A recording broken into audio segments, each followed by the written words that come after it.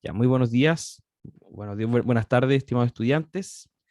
Hoy día vamos a comenzar, eh, y yo creo que vamos a ver todo lo que tiene que ver con aplicaciones de la derivada, ¿ya? A los chiquillos que están en mi módulo, algo vimos esto en la clase del martes, ¿cierto? Cuando empezamos a ver el tema de la derivada implícita, ¿ya? Entonces, vamos a hacer un par de problemitas de este estilo y después nos vamos al fuerte, que es de las aplicaciones de la derivada, que es el estudio de las gráficas. ¿Ya? Entonces vamos a hacer un problemita. Sí, creo que Dana estaba, está desmuteada. Ya, entonces vamos a hablar sobre las razones de cambio relacionadas. O sea, cuando yo tenga una expresión que me está modelando una situación y a mí me interesa qué pasa cuando hay un pequeño incremento de algo. ¿Ya? Entonces eso es lo que vamos a hacer. Sí, cambiamos de guía. Ahora vamos al capítulo 3 que está en su campus virtual. Capítulo 3 del campus virtual, y nos saltamos todo el tema de las derivadas paramétricas.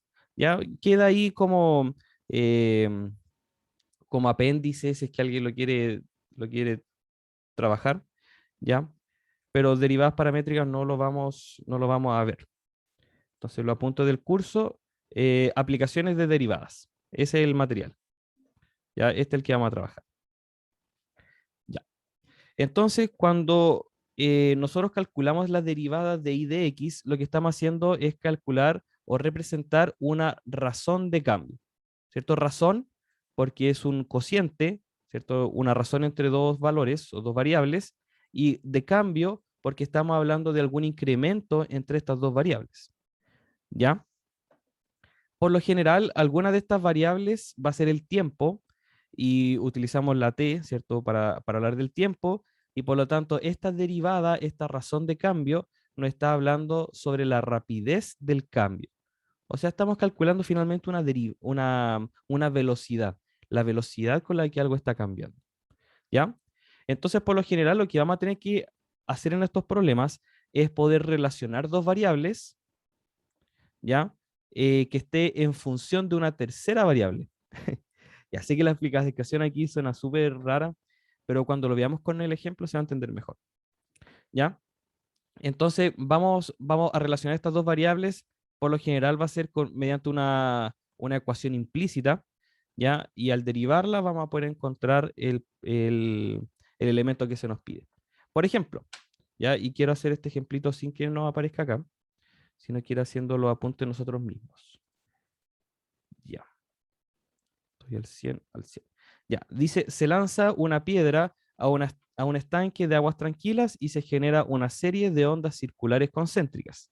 El radio de la primera aumenta a razón de 0,5 centímetros cada segundo. ¿A qué velocidad está cambiando el área del círculo que encierra esta onda cuando el radio del círculo es 1 metro? Ya, entonces nos ponemos a pensar qué es lo que nos está diciendo este problema y vamos a hacer un diagrama. Un diagrama siempre ayuda mucho a resolver este tipo de problemas. Entonces, supongamos que tengo ahí se lanzó la piedra, en ese punto que está al medio, y ahí empiezan a aparecer círculos a los costados, ¿cierto? Y así empiezan a salir unas ondas circulares, ¿cierto? Concéntricas. Bueno, no me quedaron tan concéntricas, pero todas tienen el mismo centro, ¿ya? Entonces, ¿qué nos está diciendo? Que el radio de este círculo, de estas ondas circulares, ¿cierto? Aumenta a razón de 0,5 centímetros cada segundo. Entonces, este aumenta a razón, me está hablando de la derivada con respecto al tiempo, o sea, me está hablando de una velocidad, ¿ya?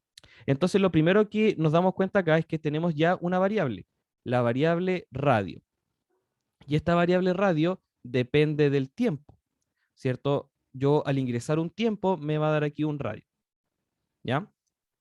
No tengo idea cuál es la función del radio, pero sí sé que la derivada del radio con respecto al tiempo es de 0,5. Y si le coloco las unidades sería 0,5 centímetros por segundo. Entonces ahí me queda claro que es una velocidad, ¿ya? Hasta ahí. ¿Vamos bien? Hasta aquí estamos llegando con la información, ¿ya? Hicimos el diagrama, tenemos una función del radio que va cambiando con respecto al tiempo, y ese cambio, la derivada del radio con respecto al tiempo, es 0,5. ¿Sí? ¿Vamos bien hasta ahí? ¿Alguna duda? Bien, profe. Sí. Ya. Entonces, ¿qué me están pidiendo? Me están pidiendo a mí la velocidad, o sea, sé que tiene que ser también una derivada con respecto al tiempo. ¿De qué? ¿Qué es lo que va a estar cambiando? El área. Entonces, esto es lo que me están pidiendo, la derivada del área con respecto al tiempo. Entonces, con todos los datos que yo tengo acá, bueno, me dicen cuando el radio del círculo es 1 metro. Entonces, cuando R de T es 1 metro. Como el otro está en centímetros, mejor dejémoslo todo en centímetros. Pues ya 1000 centímetros, 1 metro. No, pues, casi me acrimino. 100 centímetros, ¿cierto? Eso es 1 metro. ¿Ya? Entonces ahora lo que me tengo que preguntar, ¿cómo puedo relacionar el área del círculo con su radio? Y ahí voy a mis conocimientos previos, ¿cierto? De que el área del círculo lo puedo expresar en función de su radio. ¿Alguien se acuerda cuál es la fórmula del círculo? Espero que, espero que sí. El área del círculo, ¿Pi r cuadrado? exactamente, pi por r cuadrado. Y esa es la relación entonces que yo estoy haciendo. Ahora, ¿qué es lo que me están pidiendo? Me están pidiendo el área o la razón a la que está cambiando el área respecto al tiempo, o sea, la velocidad con la que está cambiando. Lo que tengo que hacer acá entonces es calcular la derivada con respecto al tiempo. ¿Ya? Y eso es lo que vamos a hacer, calcular la derivada con respecto al tiempo. Entonces, el operador derivada lo podemos aplicar a ambos lados y nos quedaría la derivada con respecto al tiempo del área,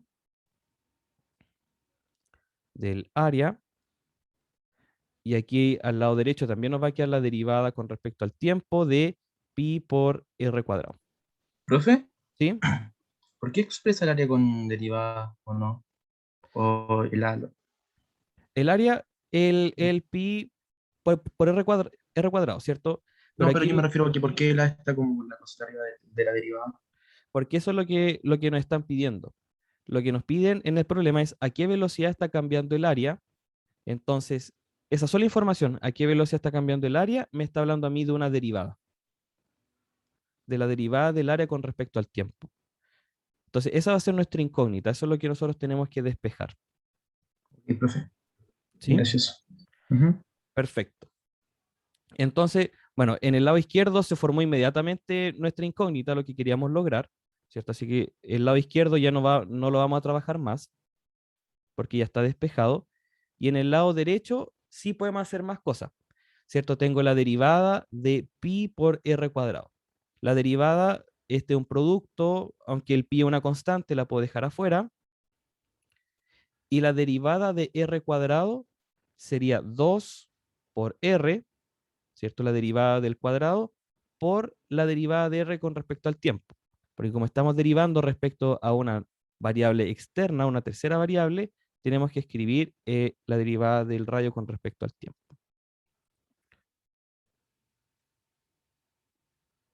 ¿Ya? Usando la famosa regla de la cadena. Entonces ya está despejada la velocidad a la que está cambiando el área, y la velocidad a la que está cambiando el área entonces sería pi por 2 por r por la, la velocidad a la que está cambiando el radio. Entonces ahora tengo que llenar con los datos que me dan en el problema. Y con eso estamos listos. Entonces sería la velocidad a la que está cambiando el área, pues eso es la derivada con respecto al tiempo, sería, puedo dejar los 2pi, por el radio, que el radio me decían que medía 1 metro, 100 centímetros, por la derivada del radio con respecto al tiempo, o sea, la velocidad a la que está cambiando el radio, 0,5. Multiplico todos esos valores que están ahí y me daría aquí que esto es 100 pi, si no me equivoco, 100 pi centímetros cuadrados, porque es el área, con respecto al tiempo. Entonces, la velocidad a la que está cambiando el área del círculo es 100 pi centímetros cuadrados por segundo, ¿sí? Y eso es cuando el radio vale 1 metro.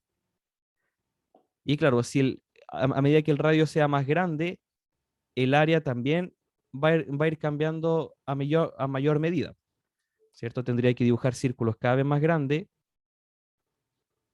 y al final lo que nos está diciendo el problema es calcular esta pequeña coronita que está acá, ese pequeño cambio,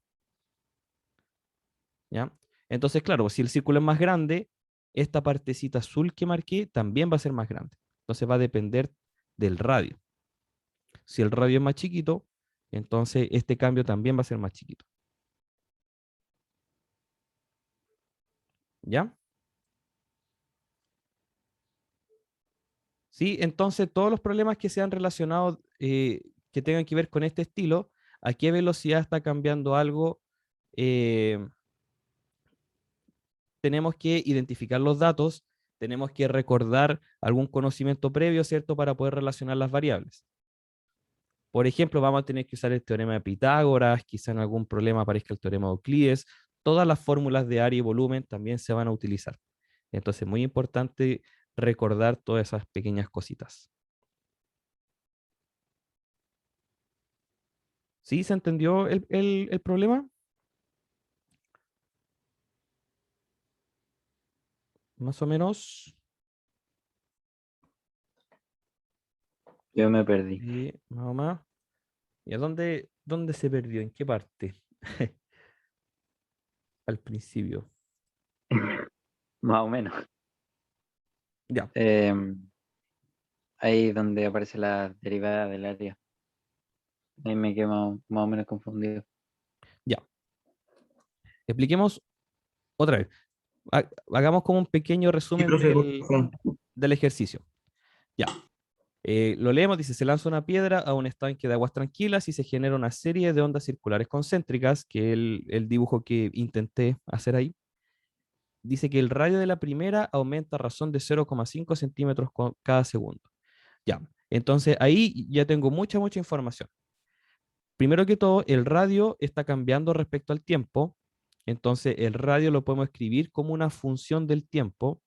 No tenemos idea cuál es, pero sí podemos decir que es una función. Entonces, la derivada del radio respecto al tiempo, o sea, la velocidad a la que está cambiando o a la razón a la que aumenta, es 0,5 centímetros cada segundo. Entonces, ahí tenemos la primera línea de información. El radio, que es una función del tiempo, y la velocidad a la que está cambiando es 0,5. ¿Ya? Vamos a hablar de velocidad y derivada con respecto al tiempo como sinónimos. ¿Ya? Con eso también se partió el concepto de derivada. ¿Ya? Siguiente frase. ¿A qué velocidad está cambiando el área del círculo? Entonces, nuevamente, ¿a qué velocidad? Me preguntan por la derivada respecto al tiempo. ¿De qué cosa? Del área del círculo. Entonces ahí me aparece la derivada del área respecto al tiempo. Esa es mi incógnita, eso es lo que a mí me están preguntando. ¿Ya? Entonces, me dan un dato extra que lo vamos a necesitar después cuando lo calculemos. Cuando el radio del círculo es 1 metro. Entonces, este radio, este R, va a valer 1 metro, 100 centímetros para que esté todo en la misma unidad. ¿Ya?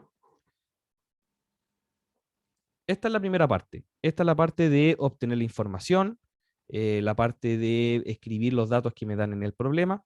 ¿Ya? Así que ahí tengo la primera parte. ¿Queda alguna duda hasta ahí, chiquillos?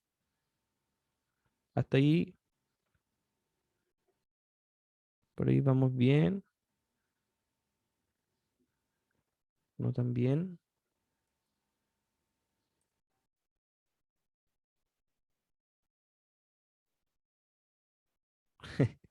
Sí, Silencio bien, incómodo. profe. Sí, vamos bien ahí. Ya.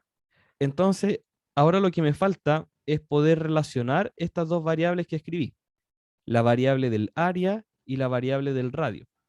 Entonces, recuerdo, o debería recordar ahí en alguna parte de la mente, debe estar la relación que hay entre el área del círculo y su radio. que en otras palabras es la fórmula del área del círculo, ¿cierto? Que me relaciona el área con el radio. Y esta sería la relación, ¿cierto? El área del círculo es pi por r cuadrado. Entonces ahora derivamos de manera implícita, ¿cierto? Derivamos de manera implícita ambos lados de esta ecuación para poder hallar las velocidades, ¿cierto? Como vamos a calcular la derivada con respecto al tiempo, lo hacemos de esa manera, ¿ya? Quizás aquí la forma más útil de hacerlo, o la forma más cómoda de hacerlo es con el prima, ¿cierto? En vez de escribir todo el rato d de t. Pero si lo hacemos con el prima, tenemos que tener claro que eh, cuando yo calcule la derivada de algo, lo que estamos haciendo es calcular la derivada de eso con respecto al tiempo, ¿ya? Eso es lo que tenemos que tener clarito. Entonces, hagámoslo de esa manera. Entonces vamos a tener que el área es pi por r cuadrado y voy a derivar a ambos lados de la ecuación. Entonces voy a tener el área, la derivada del área, que es lo que quiero calcular. Esta es mi incógnita. Mi incógnita, lo que yo quiero calcular. Y tendría aquí del otro lado la derivada de pi por r cuadrado. ¿Sí? La derivada del área la vamos a dejar tal cual como está porque es la incógnita, lo que queríamos despejar. Y el lado del derecho tengo aquí pi por r cuadrado. Entonces, la derivada del producto, cuando está multiplicado por una constante, la constante la puedo dejar afuera. Una de las primeras reglas de derivada.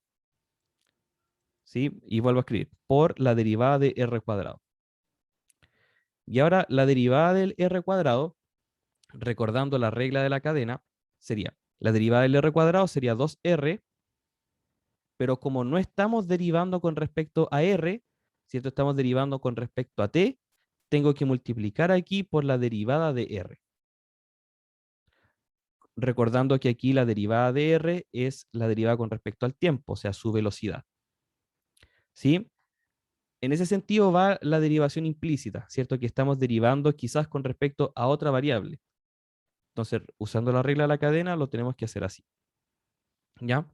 Entonces, si ustedes buscan un formulario de derivadas, en algún momento les debería aparecer así. Por ejemplo, el u cuadrado, si lo quiero derivar, sería, usando la regla de la cadena, la derivada de la potencia, 2u, por la derivada de lo que está dentro de la potencia, que sería el mismo u. ¿Ya? Y esto continúa, ¿cierto? Si fuesen más funciones y más funciones, se va haciendo de esa manera. ¿Sí? No sé si quizás así de esta otra forma se entiende mejor el concepto de la derivada. Con el prima creo que queda incluso también más limpio. Sí, ahora se entendió mejor, profe. ¿Sí? ¿Sí? ¿Mejor? Ya, con el prima siempre queda mejor. Ya. Entonces, ahora sí, volvemos a rellenar toda la información. Eh, Nos preguntan cuando el radio valía 1 metro, o sea, el R vale 100, y la derivada de R, la velocidad a la que está cambiando, ¿cierto? Recordamos que aquí, en este caso, la derivada me habla de velocidad, y la velocidad a la que está cambiando el radio es 0,5. ¿Ya? Y así que ahí calculamos eso numéricamente y nos da 100 pi. Y el área se mide en unidades cuadradas, ¿cierto? Y como es velocidad, esa unidad, ¿cierto? Dividida en segundos, por segundos. ¿Sí? Así que ahí estamos. Entonces, todos los problemas que tengan que ver con este estilo, tú anota bien tus datos, qué es lo que tú tienes, ¿cierto? La derivada con respecto a qué se está haciendo. ¿Sí? Si es que me están hablando de alguna velocidad, yo sé que voy a tener que derivar con respecto al tiempo. ¿Ya? Entonces, para que quede una anotación más limpia, anótete por ahí qué va a significar tu derivada con la prima. En este caso, la derivada con la prima significa la derivada con respecto al tiempo. Entonces, eso lo anoto ahí para tenerlo bien clarito. ¿Ya? Y después de que tú anotes todos tus datos, ¿cierto? Pregúntate qué es lo que me están pidiendo ahora En este caso a mí me pedían por la velocidad a la que está cambiando el área, ¿cierto? Y me daban una información extra, un caso. Después tengo que buscar qué relación hay entre las dos variables, una relación matemática, eh, puede ser una fórmula, puede ser algún teorema, el teorema de Pitágoras, otras cosas, ¿ya? Entonces tengo que tener eso todo bien clarito, ¿ya? Y una vez que ya tengas la relación, derivas. Derivas, ¿cierto? Y después rellenas con la información que ya tenías. Así se resuelven este tipo de problemas. ¿Bien? Bien.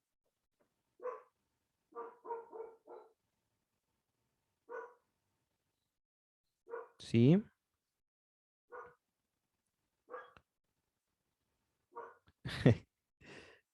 Silencio. Ya. Entonces acá el libro lo presenta de la misma manera. Ya aquí utilizan la notación del DDT. Nosotros podemos usar el prima. Ya no hay problema. Siguiente problema habla también de algo bastante similar.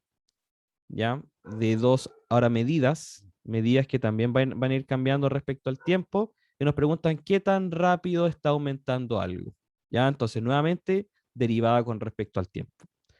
Y aquí al parecer hay un triángulo rectángulo, ¿cierto? Así que probablemente se tenga que usar el teorema de Pitágoras como la relación entre las variables. Y de hecho, ahí está el teorema de Pitágoras. ¿Sí? Cateto al cuadrado más cateto al cuadrado igual a hipotenusa al cuadrado. ¿Ya? Entonces se deriva eso de manera implícita y nuevamente se rellena con la información. ¿Ya?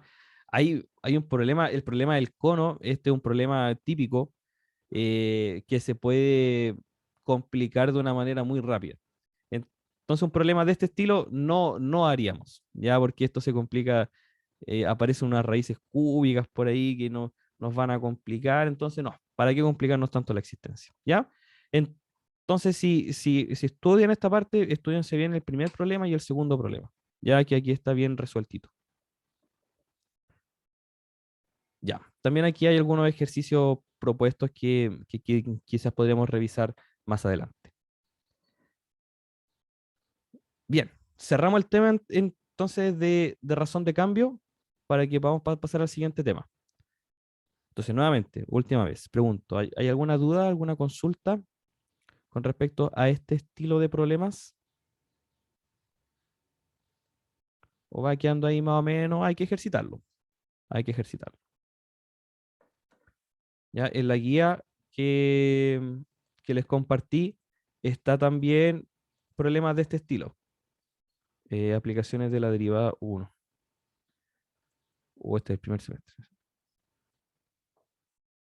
No, mentira, no está en esta guía, está en la anterior. Espérame. Aquí. ¿Con qué rapidez baja el nivel del agua? Derivadas, ¿cierto? Nos preguntan velocidad a la que un punto derivada con respecto al tiempo. ¿Con qué velocidad derivada con respecto al tiempo? ¿Ya? Entonces, estos tres problemas tienen que ver con eso. Y aquí está la solución. Traté de hacerlo con monitos, creo. No lo hice con monitos. Ya, pero está expresada la relación entre las dos variables, después que tengo que derivar, ¿cierto? Aquí lo hice con la notación del prima. ¿Ya? Muy bien. ¿Seguimos? ¿Avanzamos?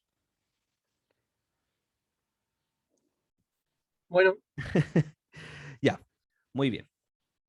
Ya, para el siguiente tema, vamos a nuevamente manipular el tema de la derivada a nuestra conveniencia. ¿Ya? Eh, entonces vamos profundizando cada vez más en este concepto de la derivada, tratando de estirarlo lo mayor que se pueda para que nos pueda resolver algunos problemas. ¿Ya?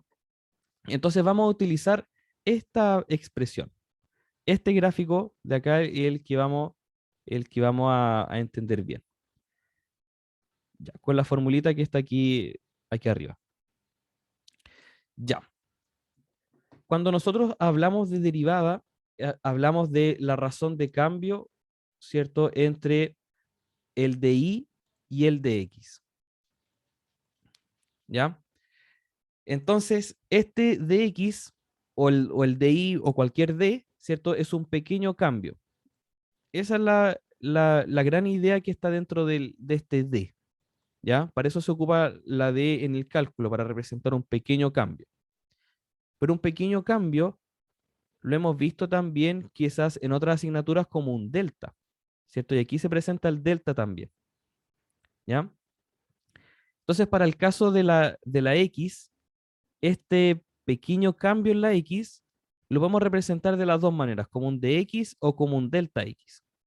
Entonces, vamos a utilizar estos dos como si fuesen iguales, ¿ya? Pero hay una pequeña diferencia entre el DI y el delta I, ¿ya? El delta I es el cambio real que tiene mi función, ¿sí? El cambio real que tiene mi función, y el DI es el cambio de la recta tangente, ¿ya? Que cuando la función le hacemos demasiado zoom, esta diferencia entre las dos es minúscula, lo podemos despreciar, ¿ya? Pero en, este, en esta altura podemos ver que hay una diferencia entre la recta tangente con la diferencia real de la función. Entonces, podemos aprovechar esto a nuestra conveniencia para poder aproximar algunos valores. ¿Ya? Podemos aprovechar esto para poder calcular algunas aproximaciones. De hecho, de eso se trata esta parte, de aproximar. ¿Ya? Entonces, se presentan aquí un par de formulitas y este valor, el cambio que tiene el I, este de I, la recta tangente, sería la derivada de X por el de X. Entonces, podemos decir de manera natural que el de X que estaba dividiendo acá nos pasa multiplicando. ¿Ya? Ya. Entonces, este delta I y este DI lo vamos a calcular para, para algún cambio de X arbitrario. Ya, síganme con la idea, después cuando veamos el ejemplito se va a entender mucho mejor.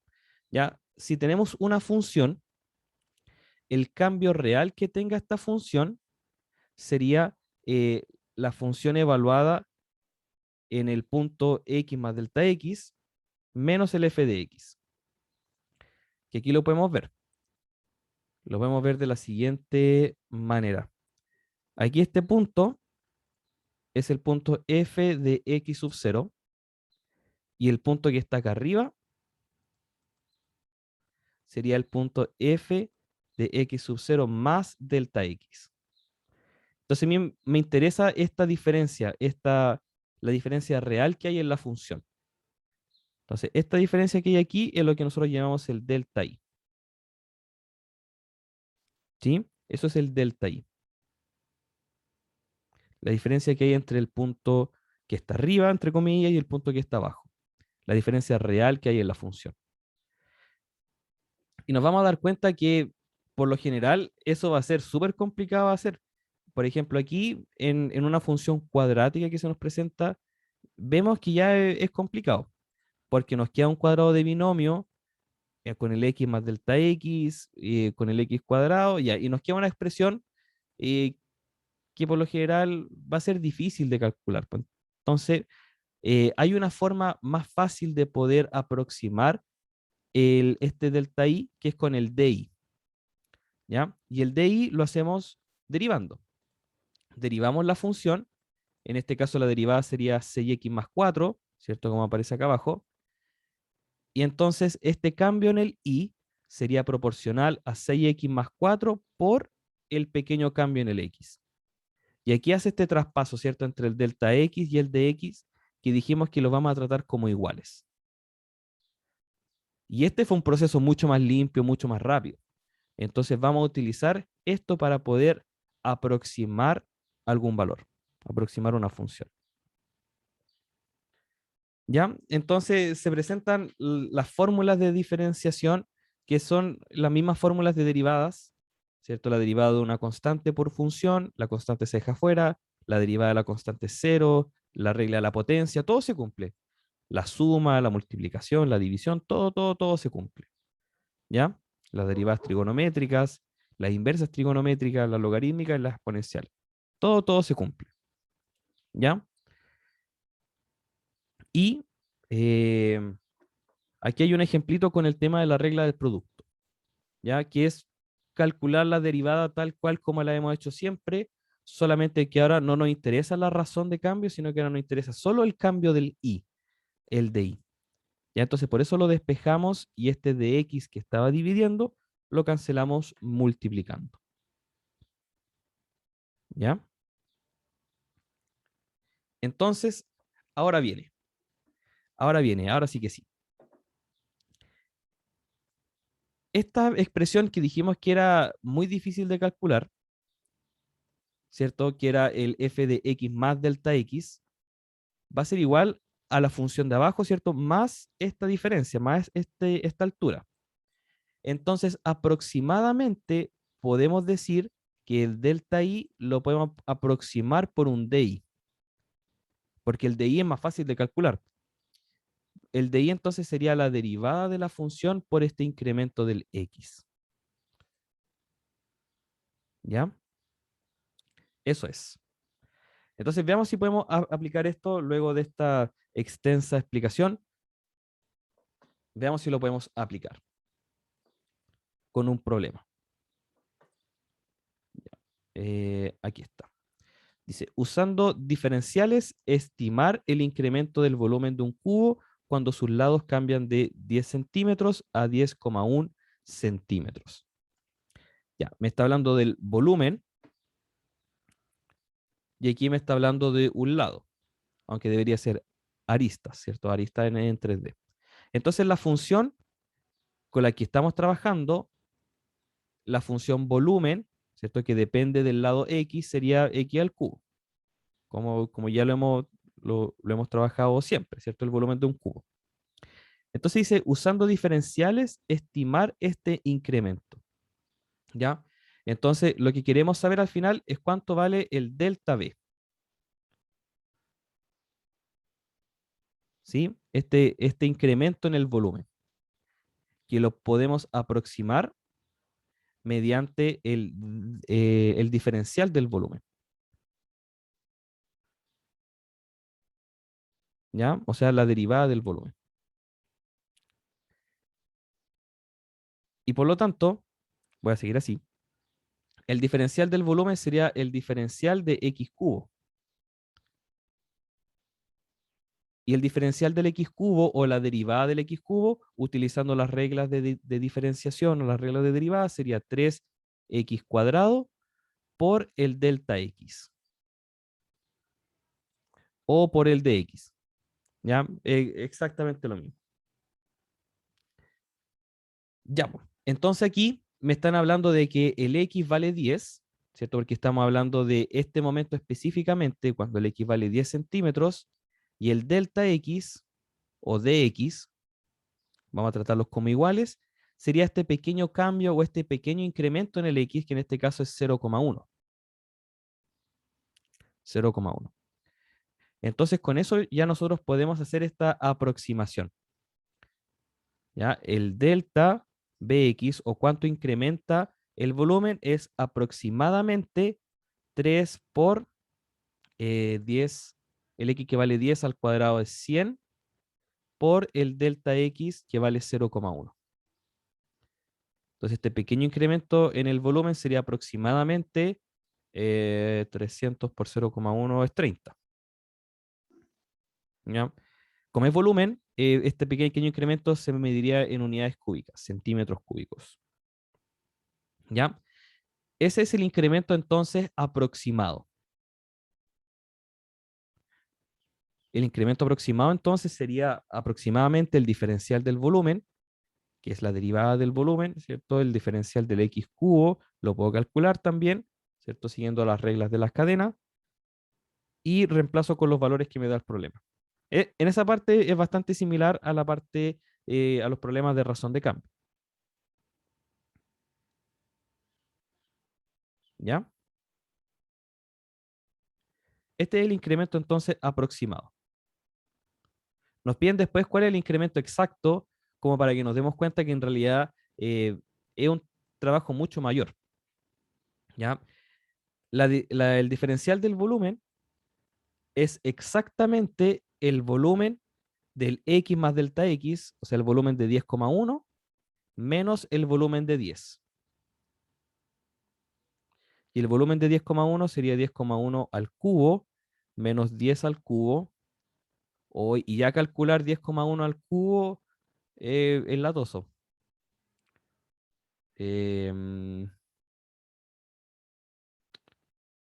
¿Cómo calcularíamos 10,1 al cubo? 101 por 101 por 101. Así nomás. Ya. Ahora hay que hacerlo. O ya lo hace con calculadora para que no perdamos tanto tiempo. Ya solo por eso. Lo podríamos hacer a mano igual. Ya 10,1 al cubo. Nos da 1030,301.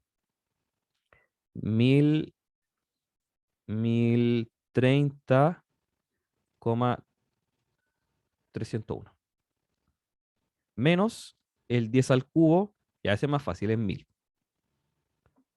Y la resta creo que también nos queda bastante fácil de hacer, pues sería 30,301. ¿Ya? Entonces, claro, son muy similares. El cambio exacto es 30,301 y el cambio aproximado que hicimos con los diferenciales es de 30. ¿Sí? Para eso entonces utilizamos esta parte de los diferenciales para poder aproximar valores.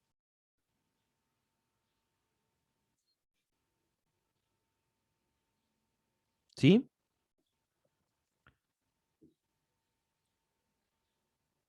¿Cómo se ve?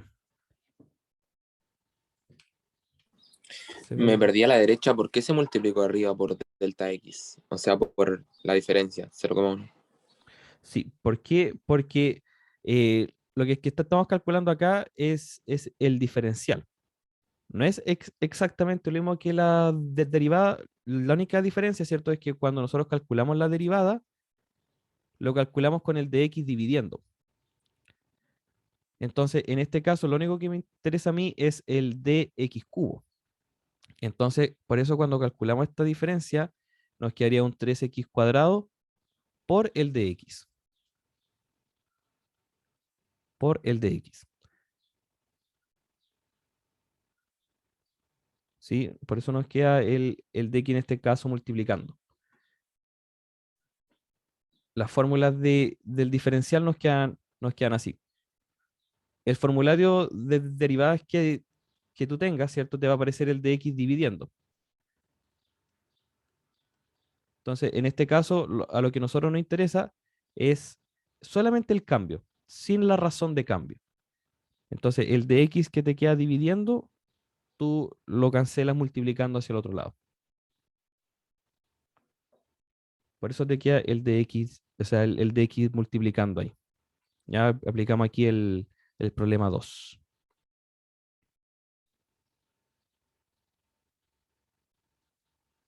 ¿Ya? ¿Y por qué utilizamos solo el diferencial y no la derivada? Porque es el diferencial lo que podemos aproximar al cambio real, ¿cierto? Solamente el de i lo aproximamos al delta i. El de i, el diferencial, lo aproximamos a la diferencia real.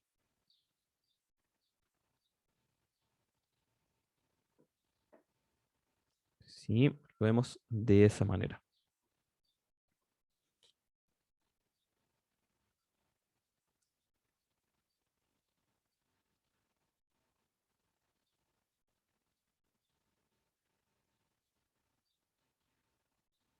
¿Sí? Aquí no lo presentan de la misma manera, ¿cierto? Este cambio en el volumen aproximadamente es el diferencial del volumen, que sería la derivada del volumen por el de x. Y está calculado, ¿cierto? Entonces el punto es cuando el lado vale 10, el incremento del x es 0,1 y hacer ese cálculo no es tan complicado y nos da 30. Mientras que el incremento exacto era un proceso un poco más largo, sobre todo este 10,1 al cubo, hacerlo a mano hubiese sido muy complicado, y al restar nos da 30,301. Bastante similar.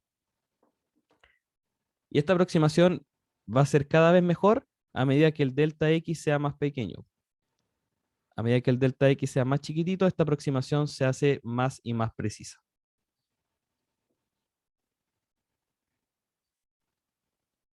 ¿Ya? Y aquí tenemos un problemita más. Ya, un problemita más de este estilo.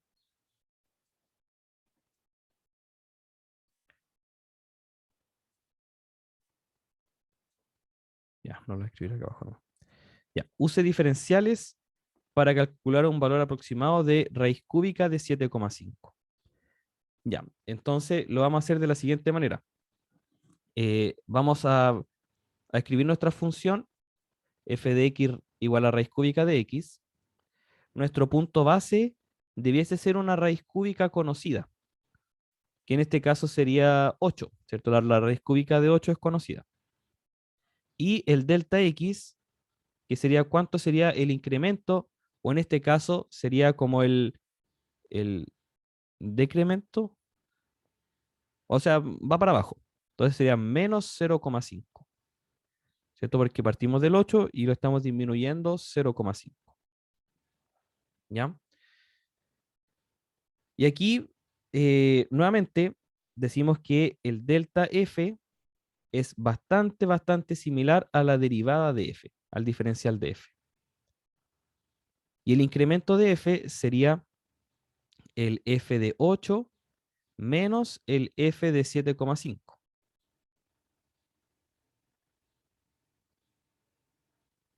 ¿Sí? De 8 menos 7,5. Mientras que el diferencial de f sería la derivada de f por el de x.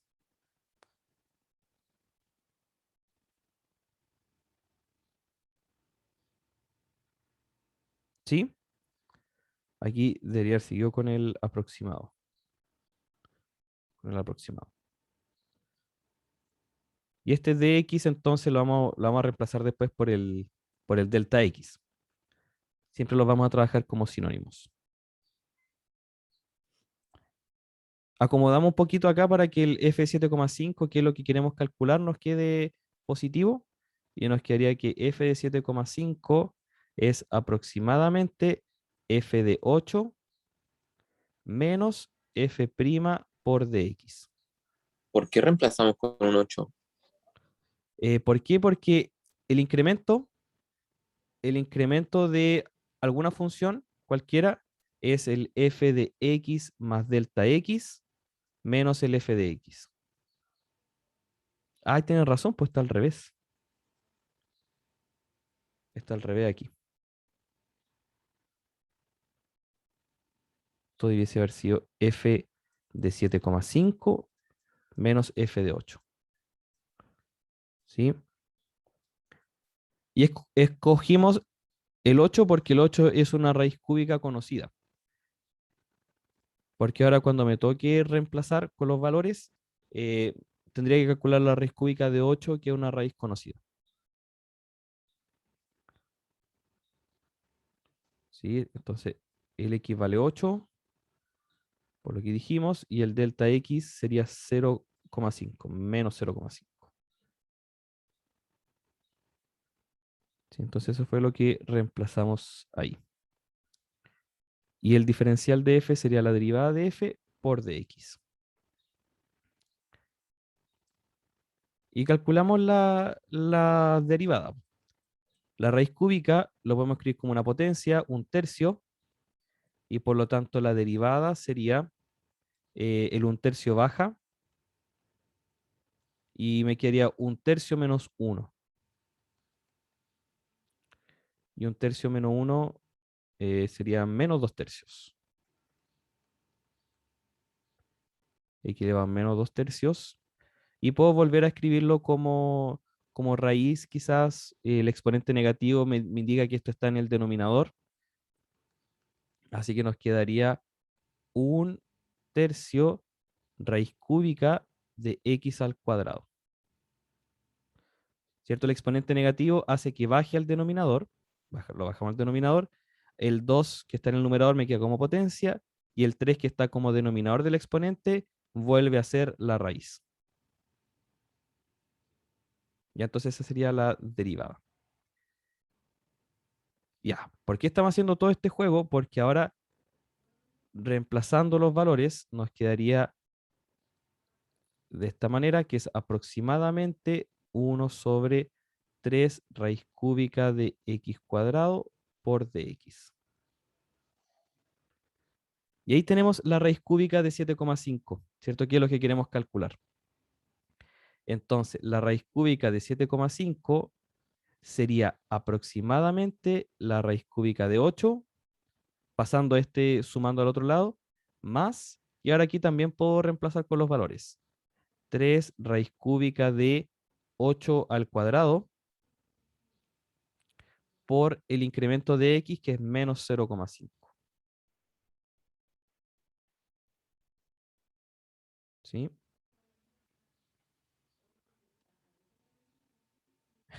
Siento que está un poco enredado, ¿no? Un poquito. Un poquito. Ujú, ujú.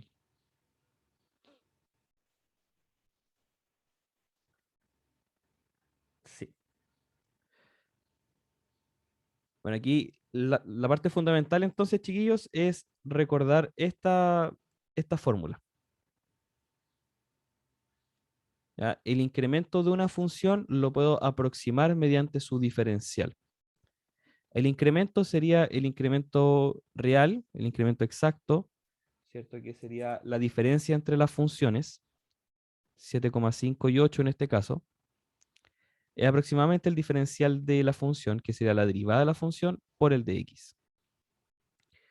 Entonces, reemplazando los valores de la función, tendríamos raíz cúbica de 7,5, raíz cúbica de 8.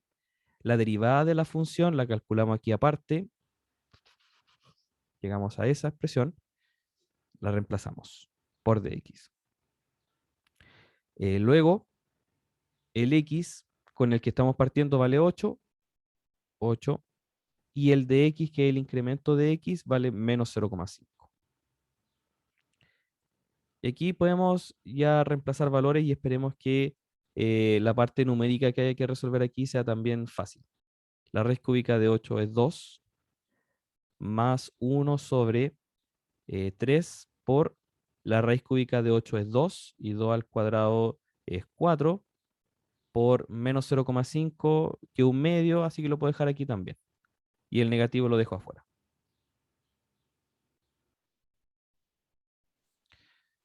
Ya. ¿Qué es lo que nos quedaría aquí? Aproximadamente sería 2 menos un 24avos. Y si resto estas fracciones, me quedarían 47 24avos. Ya igual no es un número tan bonito. Y hacer esa división yo creo que también va a ser difícil. Pero ahí tenemos entonces una aproximación de la raíz cúbica de 7,5.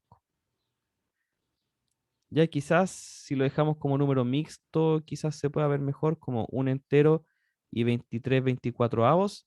Así como que es casi 2. Casi 2, debe ser 1,9 y algo. Ya que es casi 2. Calculémoslo.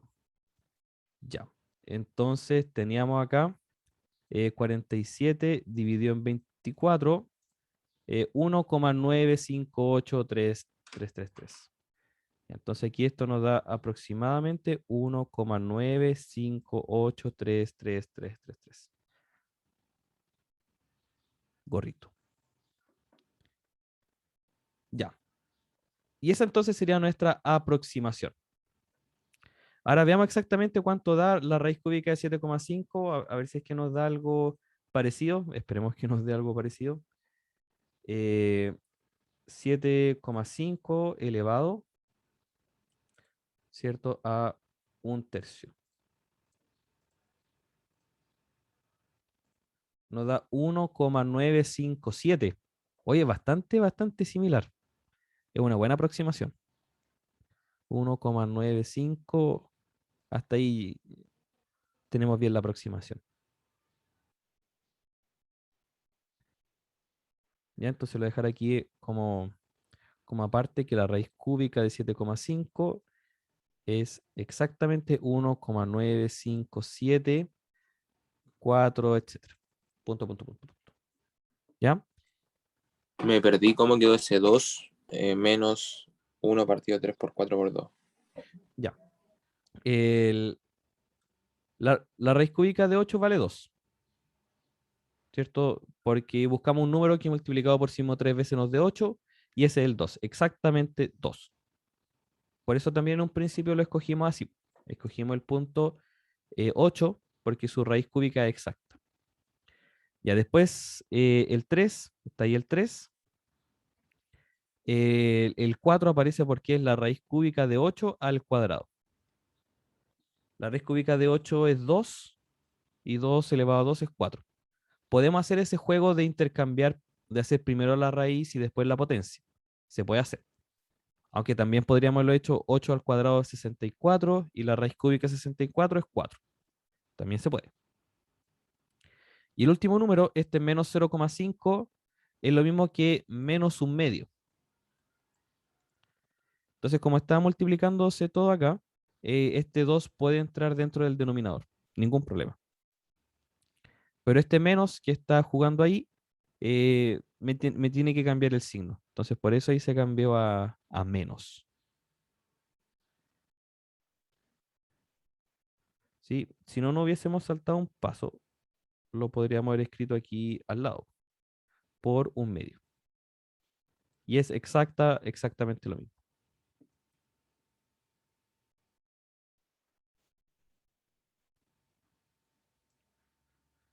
¿Sí? Por ahí sí.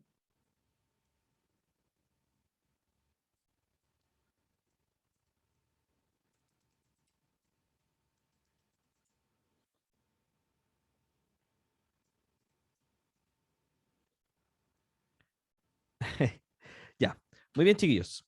Entonces, con esto nosotros podemos sacar aproximaciones de valores.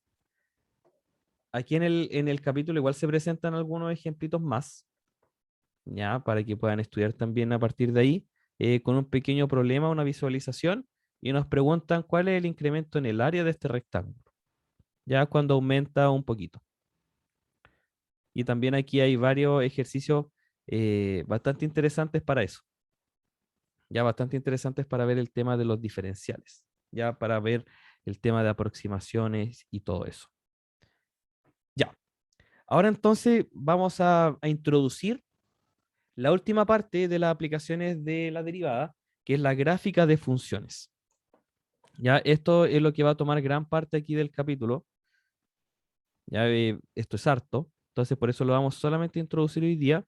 Y ya para el día martes, la próxima clase, yo creo que veríamos el último tema, el problema de optimización.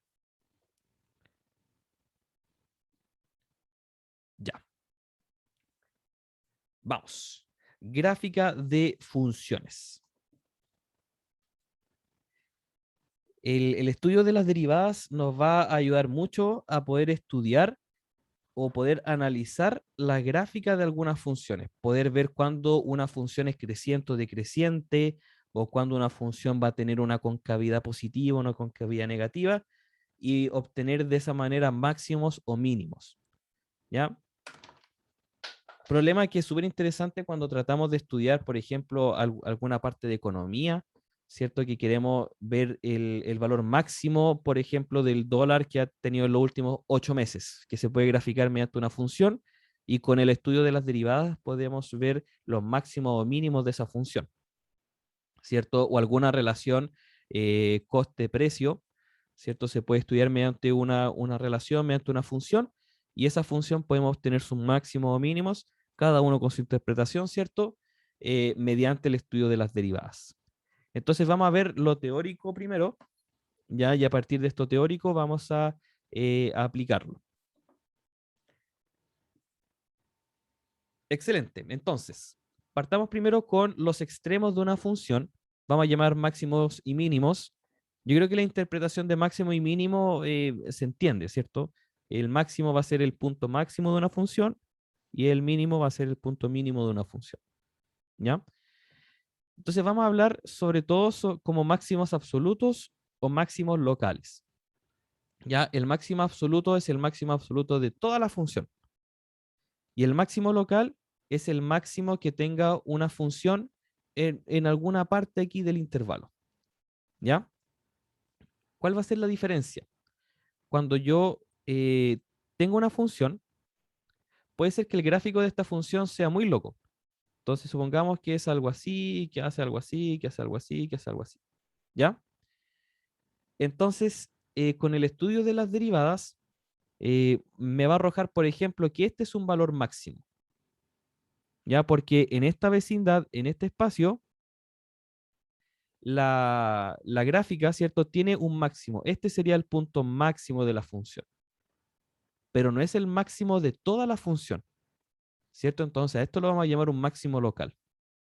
Y por lo general, vamos a hablar de máximo y mínimos locales. Porque saber cuándo un máximo es absoluto es muy difícil.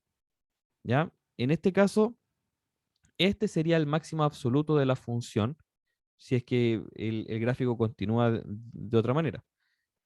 ¿Ya? Y este sería el mínimo local de la función, ¿cierto? Y vamos a hablar de mínimos locales. En este intervalo veo que la función está decreciendo y después crece, por lo tanto, ahí yo tengo un mínimo. ¿Ya? Pero no puedo decir que este es el mínimo total de la función porque la función puede, por ejemplo, ahí seguir hacia abajo. Pero localmente aquí yo tengo un mínimo. ¿Sí? ¿Se entendió esa pequeña explicación? La diferencia entre local y absoluto. Sí, profe. Sí, ya, perfecto. Aquí también se nos presenta un pequeño ejemplito, ¿cierto? Con respecto a eso mismo. Ya. Entonces, definición. Definición importante que es la que vamos a utilizar de aquí en adelante sobre qué es un crítico, un punto crítico en una función. ¿Ya? Vamos a llamar entonces un punto del dominio de la función crítico si es que la derivada en ese punto vale 0 o si la derivada no existe en ese punto. Porque o se nos va al infinito o porque es una raíz negativa, cualquier cosa, ¿ya? Mientras no exista o sea 0, vamos a decir que es un punto crítico. ¿Ya? Entonces, por ejemplo, no hemos hablado de qué relación hay de los puntos críticos con los máximos o mínimos, pero estudiamos entonces. Encuentren los puntos críticos de la función si la función es x cubo tanto. Tenemos que derivar, ¿cierto? Para ver que la derivada sea 0 o que la derivada no exista. Entonces sacamos la derivada ya deberíamos manejarla, ¿cierto? Sería aquí 3x cuadrado menos 6x, y vamos a igualar a 0, ¿cierto? Para ver que la derivada, cuáles son los puntos que hacen que la derivada sea 0. Entonces igualamos a 0, y al igualar a 0 nos queda una ecuación cuadrática con dos soluciones, en este caso x igual 0 y x igual 2. En este caso, como la derivada es un polinomio, el polinomio no tiene donde no existir, ¿cierto? Por lo general vamos a hablar de una derivada que no existe cuando tengamos algún logaritmo o cuando tengamos alguna fracción, ¿cierto? En este caso no era así. Igualando a 0 obteníamos ya todos los puntos críticos. Y aquí los puntos críticos son x igual 0 y x igual 2. Ahora vamos a estudiar por qué es tan importante los puntos críticos. Bueno, aquí otra función un poquito más complicada, ¿cierto? Estudié o encontré los puntos críticos de esta función. Raíz cúbica de x, está escrito de otra forma, por x más 4. Creo que lo que hizo fue multiplicar, ¿cierto? X elevado a o raíz cúbica de x por x, x a la elevado a 4 tercios, más 4x elevado a 1 tercio, y ahí derivó. Queda más fácil derivar así. El 4 tercios, ¿cierto? Baja multiplicando, y al exponente se le resta 1, nos quedaría 1 tercio, más 4 tercios por x elevado a menos 2 tercios. Igual a 0, y utilizando un poco de magia, ¿cierto? Le quedó esta expresión. Y aquí tenemos una fracción. Entonces, el x igual menos 1 hace que la derivada sea 0, ¿cierto? Solamente el x igual menos 1. Pero aquí también tenemos que agregar que si el x vale 0, la derivada no existe, ¿cierto? Porque me quedaría indeterminado y por lo tanto ese también sería un punto crítico. Sería entonces el 0 y el menos 1. ¿Ya? No vamos a entrar tanto en detalle en el cómo se hizo esto, porque lo vamos a trabajar con funciones más sencillas. Ya aquí, como el ejercicio de esto, pusieron funciones muy complicadas. Entonces no lo vamos a trabajar con funciones tan complicadas, pero sí en el estudio de los puntos críticos. ¿Ya? Entonces, ¿para qué nos interesan los puntos críticos? Por el siguiente teorema que tiene nombre, los teoremas con nombre son muy importantes. Si f tiene un extremo local en C y la derivada existe, extremo local nos referimos a un máximo o un mínimo, entonces la derivada en ese punto vale 0. ¿Ya? Y nos vamos a preocupar, más que de la demostración algebraica, nos vamos a preocupar de la verificación gráfica. ¿Ya? ¿Qué es lo que significa una derivada igual a 0? Significa que la pendiente de la recta tangente a la curva vale 0. Y una pendiente que vale 0 indica una recta horizontal. ¿Ya? Y si mi recta tangente es horizontal, quiere decir que ahí yo voy a tener un máximo o un mínimo. No puede ser en otra parte. Si yo tengo un máximo, por ejemplo, no importa qué tan loco yo me pueda acercar a algo, ¿cierto? Eso significaría un máximo. Entonces, la derivada en ese punto tiene que ser 0. Tiene que ser 0. ¿Ya? Entonces ahora estamos como al revés. Esta, esta expresión, ¿cierto? Que la derivada vale 0, me indica los puntos críticos. Entonces los puntos críticos son los únicos candidatos para máximos o mínimos, para extremos locales. ¿Ya? Esta parte es súper importante entonces, chiquillos. ¿Sí? ¿Se entendió bien? ¿Lo puedes ¿Para mí repetir? también? Ya. Los puntos críticos, ¿cierto? Que son estos puntos que me arroja el igualar la derivada a 0 o al decir que la derivada no existe, son los únicos puntos candidatos a ser extremos locales. ¿Ya? Puede que no lo sean, pero son los únicos candidatos. No tengo otros máximos o mínimos que no sean los puntos críticos. ¿Ya? Entonces los puntos críticos son los únicos que pueden aportar, voy a escribir así, que pueden aportar puntos críticos. O sea, que pueden aportar máximos o mínimos extremos. ¿Ya? Resumiendo ahí máximos o mínimos. No puedo tener un punto máximo o un punto mínimo que no sea un punto crítico. ¿Ya? Pero al revés sí puede ser cierto. Yo puedo tener puntos críticos que no sean ni máximos ni mínimos. Pero sí puedo decir con certeza que los puntos críticos son los que aportan extremos. Entonces, por ejemplo, si a mí me preguntan, calcule el máximo y mínimo de alguna función, no tengo para qué probar en cada X, ¿cierto? No tengo para qué ir probando todos los valores. Lo primero que hago es calcular los puntos críticos mediante esa ecuación que está ahí, igual a la derivada 0, y pruebo con eso nomás. Me reduce mucho el infinito de números que puedo ir probando a solamente los puntos críticos. Ahí es donde puede haber un máximo o un mínimo. ¿Sí? Eso es lo que me está diciendo este teorema. Potente, potente, potente. Tenía un profe en la U, sigue así haciendo clases todavía, que le llamaba a este tipo de teoremas los teoremas Saiyajin, porque eran súper poderosos. Ya bueno, en fin, cierre el paréntesis. Ya, entonces, podríamos ver un ejemplito. Yo creo que hay ejemplitos aquí también. Ya, pero veámoslo más sencillo. Y lo comprobamos también inmediatamente. ¿Ya? Por ejemplo, supongamos que tengo yo la función. eh, no tengo mucha creatividad para esto, pero supongamos que algo así. Entonces, calculo la derivada, ¿cierto? Para poder hallar los puntos críticos. ¿Cuáles van a ser los puntos críticos? Hallo la derivada. Reglas de derivada sería 3x cuadrado más 2x.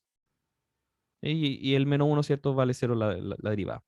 Siguiente paso entonces es igualar esta expresión a 0. 3x cuadrado más 2x igual a 0.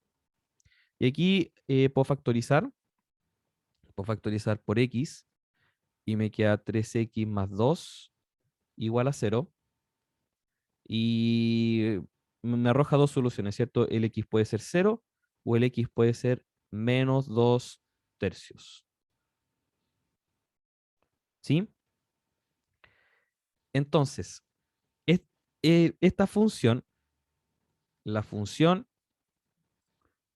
f de x igual x cubo más x cuadrado menos 1, tiene o puede tener, mejor aquí, puede tener extremos máximos o mínimos, extremos solo, solo en x igual 0 o en x igual menos 2 tercios. No puede ser en otra parte. ¿Ya? Y después vamos a ver las técnicas para poder saber si es que esos son mínimo o máximo o no son ninguno. ¿Ya? Entonces veámoslo gráficamente para convencernos de que en realidad es así.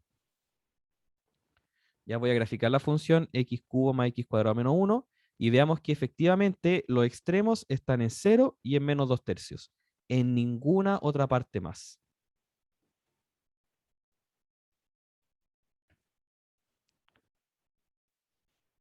Ya, lo voy a tirar un poco más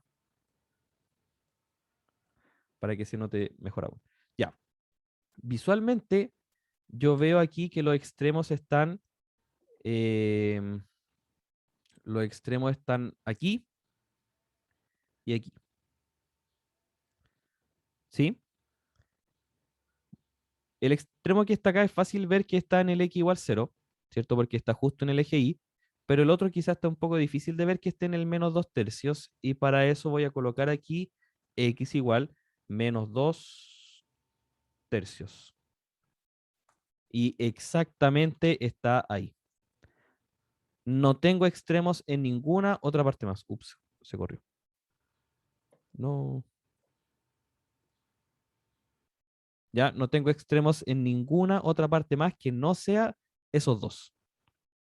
Eso es lo que me dice el teorema de Fermat. Entonces, para poder calcular los extremos de una función, calcula sus puntos críticos y esos son tus únicos candidatos a máximos o mínimos. ¿Sí? No sé si por ahí quedó más clarito el concepto.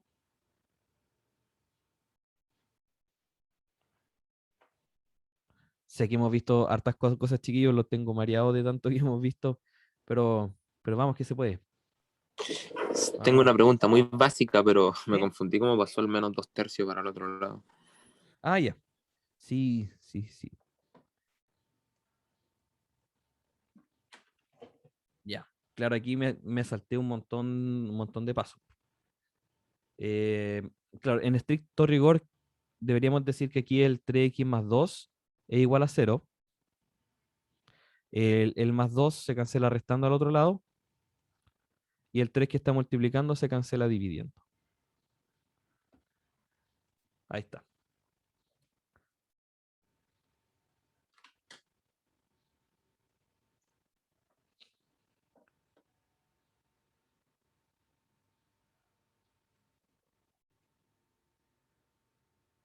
¿sí? Entonces, el estudio de las gráficas de las funciones tiene su primer fundamento acá, ¿ya? Este es el primer pasito que nosotros tenemos que hacer para poder estudiar una función, el gráfico de una función. Poder hallar sus puntos críticos para poder ver si es que es un máximo o un mínimo. Entonces, estos son los únicos candidatos.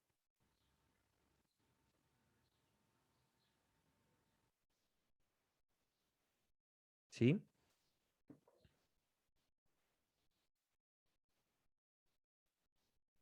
Sí, entiende. ¿Ya? Y quiero recalcar bien el concepto de puede, porque esto no quiere decir que siempre va a tener, ¿ya? Veamos un contraejemplo donde hallemos un punto crítico que no sea un máximo o un mínimo, ¿ya? Por ejemplo, la función x cubo. ¿Ya? Los puntos críticos lo hallaría derivando, ¿cierto? La derivada de x sería 3x cuadrado, igualando esto a 0, nos indica que el x vale 0, ¿cierto? Entonces, este sería un candidato a extremo de la función, máximo o mínimo. Pero nos vamos a dar cuenta que no es ninguna de las dos. Si yo grafico el x cubo, chan, chan, chan, el 0 no es ni máximo ni mínimo, ¿cierto? Ese punto que está ahí no es ni máximo ni mínimo. Como que si nos acercamos por la izquierda quiere ser un máximo, pero no lo es. Y si nos acercamos por la derecha como que quiere ser un mínimo, pero no lo es. Entonces no es ninguna de las dos. No es ni un máximo ni un mínimo. Entonces por eso recalcar el puede. Puede ser un extremo.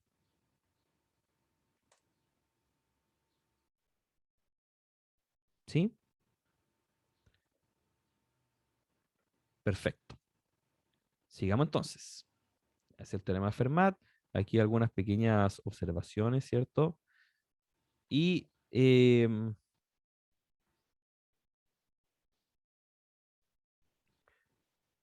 más que raro que estén esto acá. Ya. El teorema de Role. El teorema de Role es un teorema de aplicación de derivada que me dice que si yo tengo una función en un intervalo que cumple que la función es continua, la función es derivable, o sea, la función no tiene puntas, por decirlo de otra manera, y el f de a es igual al f de b, entonces existe un punto dentro del intervalo tal que la derivada vale cero, o sea, tal que sea un punto crítico, ¿ya? O sea, tal que podamos obtener un máximo o un mínimo, ¿ya? Este es bastante parecido al teorema del valor intermedio de continuidad, ya se aplica algo bastante similar. Entonces, verifiquémoslo geométricamente nomás, ¿ya? Aquí tengo un A, aquí tengo un B, y nos dice que el f de A tiene que ser igual al f de B, entonces como que empieza y termina en el mismo sitio, ¿ya? No dice existe un punto, pero existe por lo menos un punto. Ya supongamos que mi función hace algo más o menos así. Entonces, ¿dónde la derivada vale cero? Aquí. Aquí. Ahí la derivada vale cero, ¿cierto? Es una recta horizontal. Ya, ahí hice todo mi esfuerzo por tratar de dibujar una recta horizontal. ¿Sí? Este punto C, sería un punto crítico, ¿cierto? Porque la derivada vale cero. Y quizá aquí también se podría ver uno. Así que coloquémosle aquí un C1 y aquí coloquémosle un C2. ¿Ya? Eso es lo que me dice el teorema de Role, entonces. La función es continua porque no levanté el lápiz entre ir de un punto al otro. Y la función es derivable porque no termina en punta en ninguna parte. ¿A qué nos referimos que termina en punta? A que la función no hace algo así, no es un zigzag. Esa función no es derivable. ¿Ya? Y termina y empieza en el mismo punto, f de a es igual a f de b, entonces sí o sí en algún punto la derivada tiene que valer cero. O sea, sí o sí yo voy a obtener puntos críticos. El teorema de Rayleigh, que nos permite como asegurar que vamos a tener puntos críticos en algún intervalo. ¿Ya? Bien, bien, bien. Sigamos. Sigamos, sigamos. Ya, la demostración la vamos a saltar, ¿cierto? Aunque sí sería bastante interesante. El teorema del valor medio nos habla también sobre una de las aplicaciones de la derivada, eh, que nos dice que la velocidad, ¿cierto? Intentemos verlo como la velocidad. La velocidad en un punto, en algún punto, va a ser igual a la velocidad promedio de algún objeto. Esto es lo que me dice el teorema del valor medio. ¿Ya? Que más que algo como que podamos evaluar, es como una curiosidad. ¿Ya? Igual estoy quitando todo el mérito al teorema que tiene nombre y es importante, ¿ya? Pero no es algo que podamos evaluar, ¿ya? Entonces, veámoslo geométricamente de la siguiente manera. Supongamos que yo soy un corredor, supongamos porque no corro nada, y ahí que en 8 segundos termino, supongo, no sé qué será realista, 20 metros. Como yo soy un corredor inexperto, voy a partir 80 metros. 80 metros, ya, me tiene fe. Ya, supongamos que como yo soy un corredor no tan experto en el tema, voy a partir muy lento. Entonces voy a partir muy lento y voy a ir agarrando velocidad, voy a ir agarrando velocidad, velocidad, velocidad, velocidad, y después ya como sé que me estoy acercando a la meta, me voy a detener. Pa. Ya. Aquí mi velocidad promedio sería como decía la fórmula, ¿cierto? Lo que yo avancé, en este caso sería 80 menos 0, porque partí en 0, dividido en el tiempo, que es 8 menos 0. Esa es mi velocidad promedio. 10 metros por segundo. Coloquémoslo aquí como velocidad promedio. Entonces lo que me dice este teorema del valor medio es que en algún punto de mi trayecto, la velocidad que alcancé es esta misma velocidad promedio. Entonces, si lo vemos así, la velocidad sería la pendiente de la recta tangente, o sea, la velocidad promedio sería la pendiente de esta recta. Y a ver si lo vemos visualmente, quizás por aquí tenemos la misma pendiente, ¿cierto? Obtenemos la misma velocidad. Y quizás por aquí también. Lo que gráficamente se ven como rectas paralelas, ¿cierto? Estas rectas paralelas me están indicando que en ese momento yo corrí a la misma velocidad promedio. A la velocidad promedio. ¿Sí? Entonces, más que nada es como una curiosidad. ¿Sí? Es algo que se puede asegurar. Al igual que los teoremas de continuidad, no me dice dónde. No me dice dónde yo alcanzo la velocidad promedio, pero sí me asegura que por lo menos en alguna parte corrí a la velocidad promedio de la carrera. ¿Sí? Teorema del valor medio. ¿Sí? Y aquí en el gráfico también se presenta así.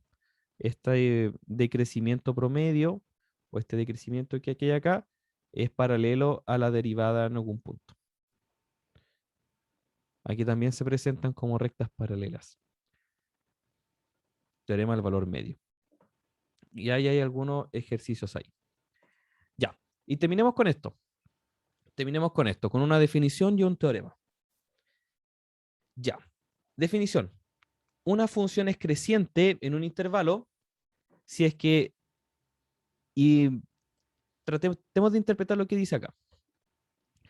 El x2 es mayor que un x1, o sea, estoy tomando un x2 más grande, entonces la función también sigue ese mismo orden.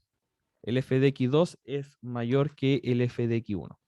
Entonces tratemos de verlo geométricamente. Ya. Un x1 que esté, por ejemplo, aquí. Un x2 que esté por acá, que es más grande. El f de x1 coloquémoslo acá. Y el f de x2 tiene que ser también más grande. Entonces aquí yo puedo ver que, claro, la función es creciente, va subiendo, entre comillas. Ya supongamos que hace algo así. Ya eso es una función creciente, porque va hacia arriba.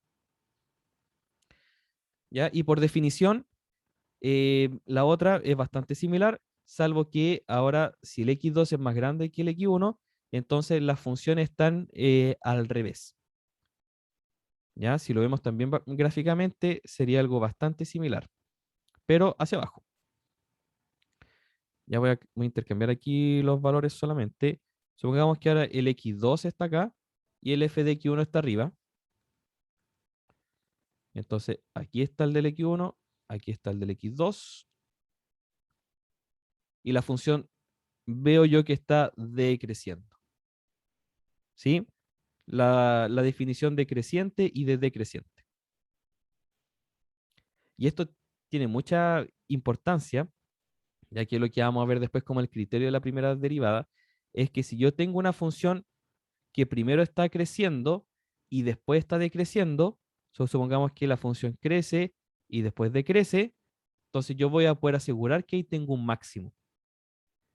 Y al revés, si la función está decreciendo y después crece, puedo asegurar que yo tengo un mínimo. Entonces, mezclando el tema de los puntos críticos con la monotonía, esto de que la función es creciente o decreciente, podemos asegurar los máximos y los mínimos. Perfecto. Entonces, ¿cómo lo aplicamos a la unidad que estamos trabajando? Si la derivada en un punto es mayor a 0, entonces la función es creciente. Y si la derivada es negativa, la función es decreciente. Ya, intentemos mirarlo en un gráfico. Ya. Dibujemos una función que sea creciente. Por ejemplo, que sea algo así, ¿cierto? Creciente. Ups, en un punto dejó de crecer. Ya. Entonces, si yo tomo cualquier punto de esta recta, vamos a tomar aquí varios puntos. En todos estos puntos la derivada es positiva. La pendiente de la recta tangente es positiva. Va hacia arriba. ¿Sí? Entonces, siempre que tenga yo una función creciente, la derivada va a ser positiva. Siempre la pendiente va a ir hacia arriba. ¿Ya? Entonces aquí todas las derivadas eran positivas y por lo tanto la función es creciente.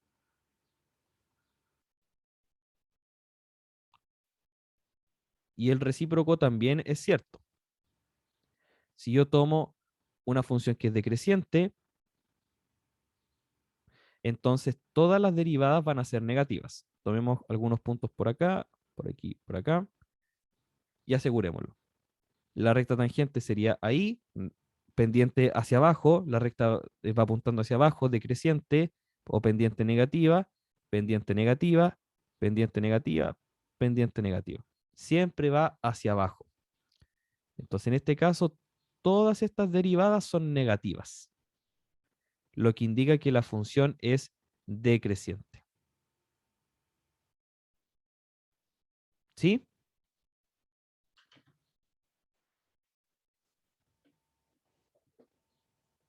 ¿Cómo quedamos hasta ahí, chiquillos?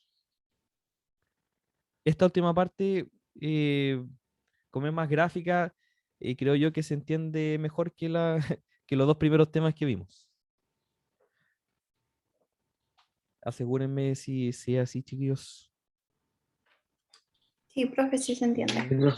Sí, perfecto. ¿Ya? Entonces, después de eso, vamos a ver el criterio de la primera derivada.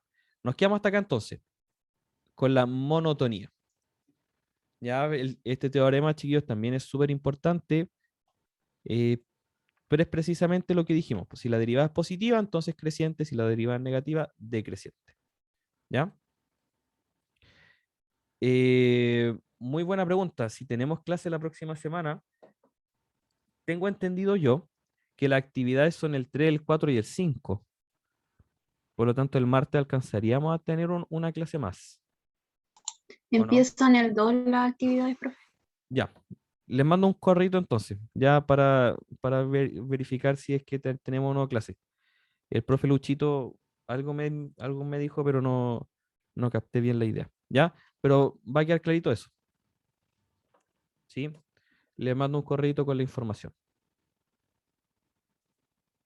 Ya, chiquillos, lo dejamos hasta acá, nos pasamos un minutito. Denle vuelta, le voy a subir también una guía con problemas de este estilo, ¿ya? Y nos veremos, si no el martes, el siguiente. Chao, chiquillos, que les vaya bonito. Chao, profe. Profe, que esté bien. Adiós, profe. igualmente. Chau, chau.